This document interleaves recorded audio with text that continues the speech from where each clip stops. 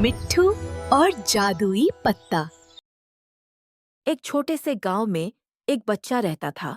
नाम था मिट्ठू। मिट्ठू को जंगल में घूमना बहुत पसंद था। हर दिन वह अपने छोटे से बैग में बिस्कुट और पानी लेके निकल पड़ता था और पेड़ों से बातें करता, फूलों को गुनगुनाता सुनता। एक दिन मिट्ठू को एक चमकता हुआ पत्ता मिला। बिल्कुल अलग, बिल्कुल नया। पत्ता न ज्यादा बड़ा था, न छोटा, पर उसमें कुछ लिखा था जो मिट्ठू पढ़ नहीं पाया। जैसे ही उसने पत्ता हाथ में लिया, एक हल्की सी रोशनी उसके चारों तरफ फैल गई। तभी रोशनी के बीच से एक सुंदर परी प्रकट हुई। उसके पंख सितारों की तरह चमक रहे थे और मुस्कान में एक अजीब सी शांति थी।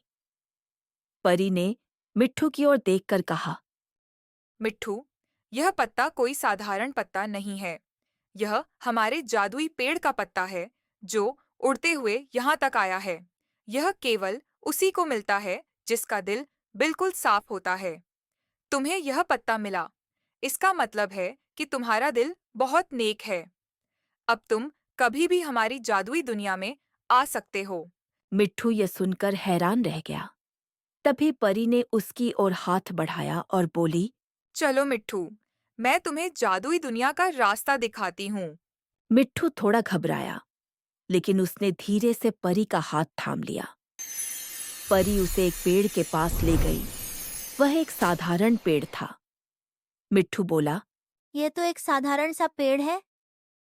परी ने मिट्ठू को रुकने को बोला और एक मंत्र पढ़ने लगी। धपक झपक झूमर झाल, पेड़ दिखा दूसरी चाल। तभी पेड़ से एक दरवाजा प्रकट होता है। दोनों उस दरवाजे के अंदर जाने लगते हैं। उनके अंदर जाते ही दरवाजा अपने आप बंद हो जाता है। अंदर का दृश्य बहुत ही अच्छा था। तारे चमक रहे थे और तभी एक अद्भुत धुंध उनको घेर लेती है, जिससे वो जादुई दुनिया में पहुंच जाते हैं। अब परी मिट्ठू को कहती है, अब तुम इस जादुई दुनिया में घूमो, मैं तुमसे बाद में मिलती हूँ।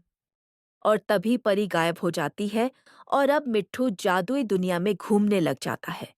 कुछ दूर चलते ही मिट्ठू को भूख लगने लगती है और वो सोचता है कि कितना अच्छा होता कि मुझे एक आइसक्रीम मिल जाती।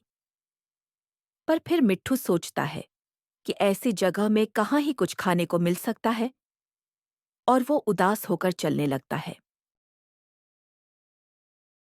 कुछ दूर आगे चलने के बाद मिट्ठू को एक सुंदर आइलैंड दिखाई देता है जो पानी के बीचों बीच था, और मिट्ठू भागता हुआ उस आइलैंड पे जाने की कोशिश करता है। वो आइलैंड चॉकलेट, आइसक्रीम और कैंडीज का बना था। मिट्ठू जैसे ही वहां पहुंचता है, एक सीढ़ी अपने आप मिट्ठू के पास आ जाती है और मिट्ठू उसके रास्ते आइलैंड पर पहुंच जाता है।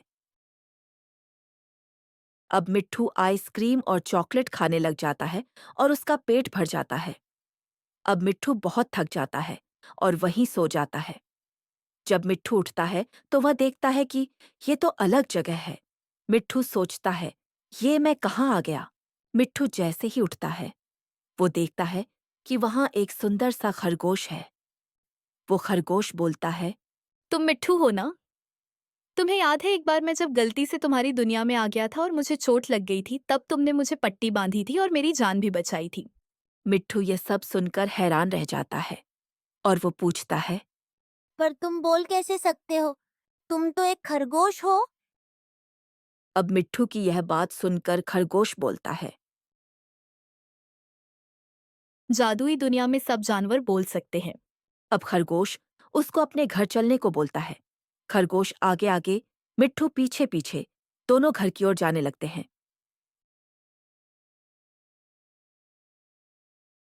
खरगोश मिट्ठू का घर में स्वागत करता है और अपने मालिक से मिलवाता है। उसका नाम था आयु, और उसकी एक प्यारी सी बहन जिसका नाम माया था।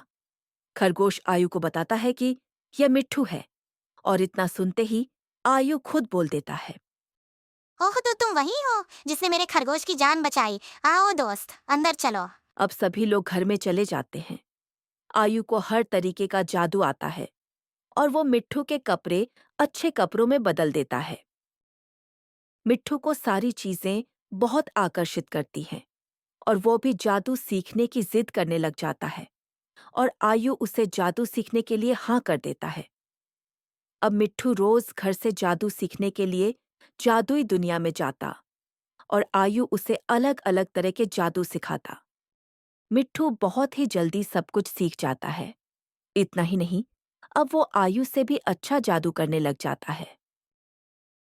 एक दिन जब मिट्ठू जादुई दुनिया में जाता है तो उसे पता चलता है कि आयु के गांव पर हमला हुआ है और वो लोग माया को उठा के ले गए हैं और आयु बहुत परेशान है। अब देखते हैं किस तरीके से आयु और मिट्ठू मिलके माया को बचाते हैं।